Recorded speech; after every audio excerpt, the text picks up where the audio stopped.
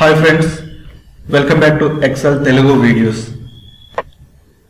ఈ వీడియోలో మనం ఎక్సెల్లో ప్రొటెక్టెడ్ షీట్ పాస్వర్డ్ ఎలా బ్రేక్ చేయాలో చూద్దాం, ఎలాంటి సాఫ్ట్వేర్ వాడకుండా.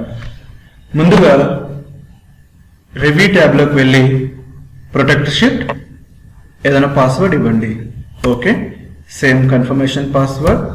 ఓకే, ఇప్పుడు చూడండి, ఇక్కడ మనం ఎలాంటి డాటాను ఎంట్రీ చేయలేము, అలాగే డిలీట్ కూడా చేయలేము, ఎందుకంటే షీట్ ప్రొటెక్టెడ్ ఉంది కాబట్టి. సో ముందుగా ఈ ఫైల్ని సేవ్ చేద్దాం. Ctrl+S సేవ్ చేస్తున్నా. సో ఫైల్ నేమ్ వచ్చేసి శాంపుల్ అని ఇచ్చేస్తున్నా. ఓకే, తర్వాత ఆ ఫైల్ని క్లోజ్ చేసి చూడండి, డెస్క్టాప్ మీదకి వెళ్ళి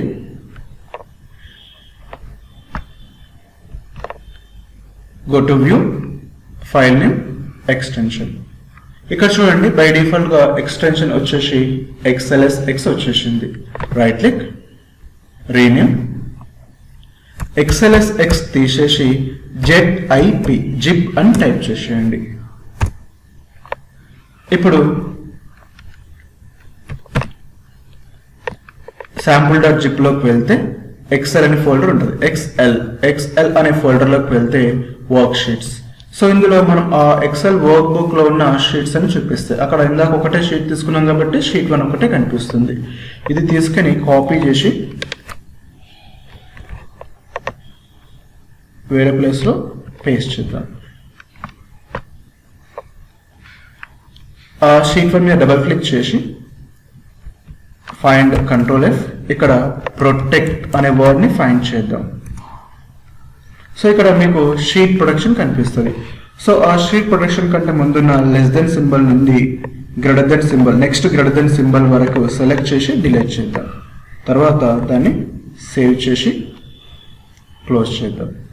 సో ఈ ఫైల్ను కాపీ చేసేసి దీంట్లో పేస్ట్ చేద్దాం. Copy and replace.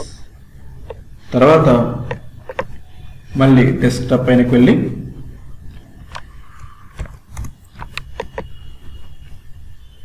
Zip right click చేసి రీనేమ్, జిప్ తీసేసి XLSX,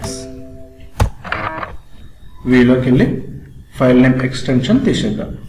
ఇప్పుడు చూడండి, ఈ శాంపుల్ మీద డబుల్ క్లిక్ చేయగానే ఫైల్ ఓపెన్ అయిపోతుంది.